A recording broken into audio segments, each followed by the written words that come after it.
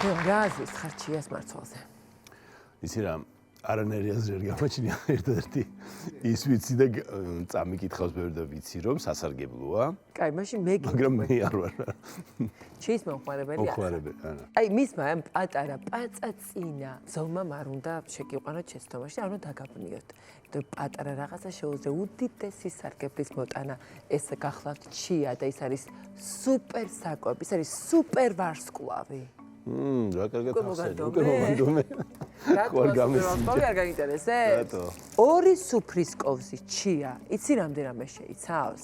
10 გრამ უჯრედის, 5 გრამ ცილას, კალციუმს, რკინას, მაგნიუმს, კალიუმს, თუთიას, სელენს, A ვიტამინს, ფოლის მჟავას. რა გააკეთოს 11 მითხარი? ისე მომანდომე ხარ რომ შეიძლება დავიწყო ცოტა გასინჯვა ნელ-ნელა. ეს იგი ეს არის მექსიკის ინდიელთა ტომის აცტეკების მთავარი საკვები პროდუქტი გახდათ და ახლა ეხლა გავცელდა მთელ სოფლიოში ამ ბოლო პერიოდში. ძალიან წამოვიდა მოკეთ ყველგან და ჩვენამდე ჩამოაღწია და ვიცით რომ ძალიან სასარგებლოა. გულისთვისაც კარგია, საჭმლის მომნელებელი სისტემისთვისაც. არტერიულ წნევას არეგულირებსო, ესე ამბობენ და სისხლში ქოლესტერინის და შაქრის დონეს აბალანსებს. ცოდნია შენს მისი კაი ამბები და რა.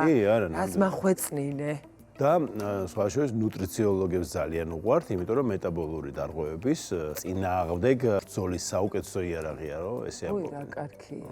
ალბათ ეს იქიდან გამომდინარეობს, რომ თვითონ ეს როდესაც იხსნება წყალში, იმდენად ხდება ჟელის სტრუქტურის, რომ შემდეგ ძალიან კარგად გადანაწილდება საჭმლის მომნელებელი ტრაქტში და ალბათ ეს ამ მეტაბოლურ პროცესებს საკმაოდ აჩქარებს. ხო, აქ პერისტალტიკის გათვალისწინებით ასე. სავარაუდოდ ესეა, იმიტომ რომ მეტაბოლურ სისტემაში შედის ასევე თუ დიაბეტიან პაციენტებს შეიძლება რომ დაურეგულიროს თქვა შაქრის დონე, ეს იმას ნიშნავს, რომ მეტაბოლურ სისტემას ძალიან კარგად ეშველება. ალბათ ბევრი კითხვა ისმის იმასთან დაკავშირებით, რომ დავალბოთ როგორ მოვიხმაროთ უბრალოდ ასე მშრალი სახით, მოკეთ ასე გადაჭრით არ შეგვიძლია ვთქვა, თუმცა ეს პატარა ნამცეცები საჭიროებენ და უბრალოდ აქვთ უნარი რომ 10-ჯერ მეტი წყალი შეიწოვონ, ანუ წონაზე 10-ჯერ მეტი წყალი ჭირდებათ. მოკეთ ანუ დაახლოებით 2 სუფრის კოვს ჩიას მარცვალს ჭირდება 1 სრული 200 მილილიტრი წყალი მაგალითად. ამიტომ მისი დალბობა არის ალბათ კიდევ უფრო კარგი, რომ მალევე მოხდეს ათვისება და წინააღმდეგ შემთხვევაში ამბობენ, რომ ბერავს კიდევაც მშრალი სახით მიღებული. იქ დაიწყებს იქ დაიწყებს გაფუებას. და თუ კი რამეს ითქია, იმას იწოვს, ხო? ესეთ აქ რაღაც ალბათ გამძაფრებული ეს მექანიზმი. ხო, ეს ჟელესებრია, როგორც ხედავთ, აქ ეს ტექსტურა და მოკეთ კარგად დასრიალებს. ლოგიკურად მივუდგეთ, თიკა, ჩემი აზრით, ეხლა რადგანაც ესეთი ტექსტურა აქვს, ჯერ ესეთი ანაყრებს ადვილად ადამიანს. მასში ამდენი კარგი ნივთიერებების არსებობა კიდევ ქმნის აი რაციონის, ეს ვთქვათ, სრულყოფას, ხო? რაც ჩვენ გვჭირდება ჩვენს ორგანიზმს, ამის არ გვჭირდება რომ შეგვიძლია ვიფიქროთ, რომ დააკარგია.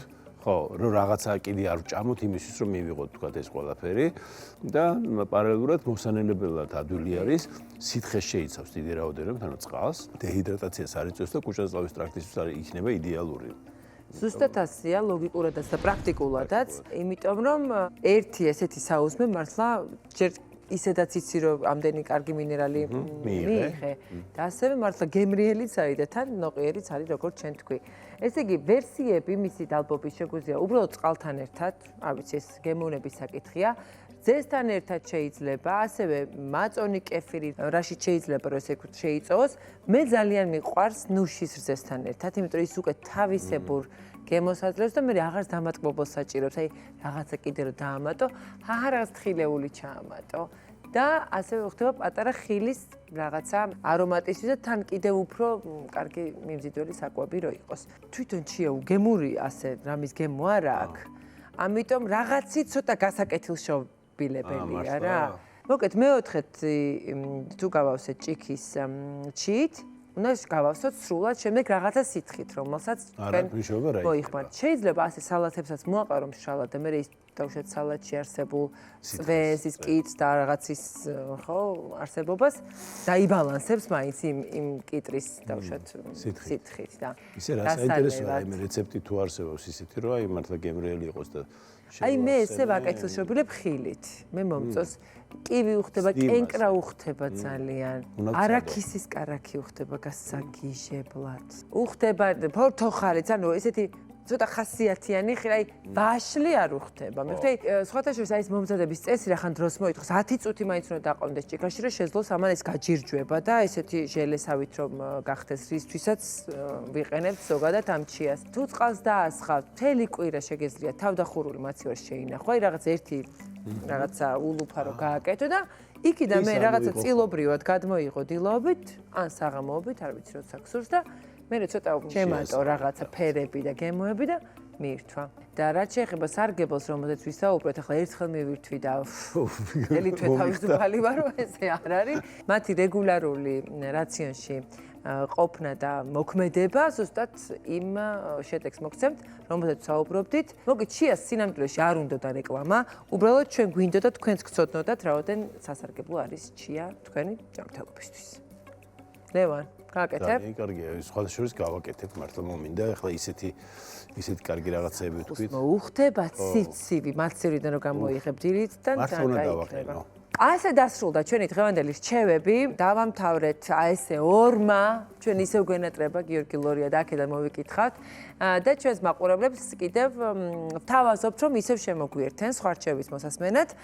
შაბათ დღეს უკვე ნამდვილი ექიმები სხვა შემადგენლობით ახალი რჩევებით დაგიბრუნდებათ. ნახვამდის.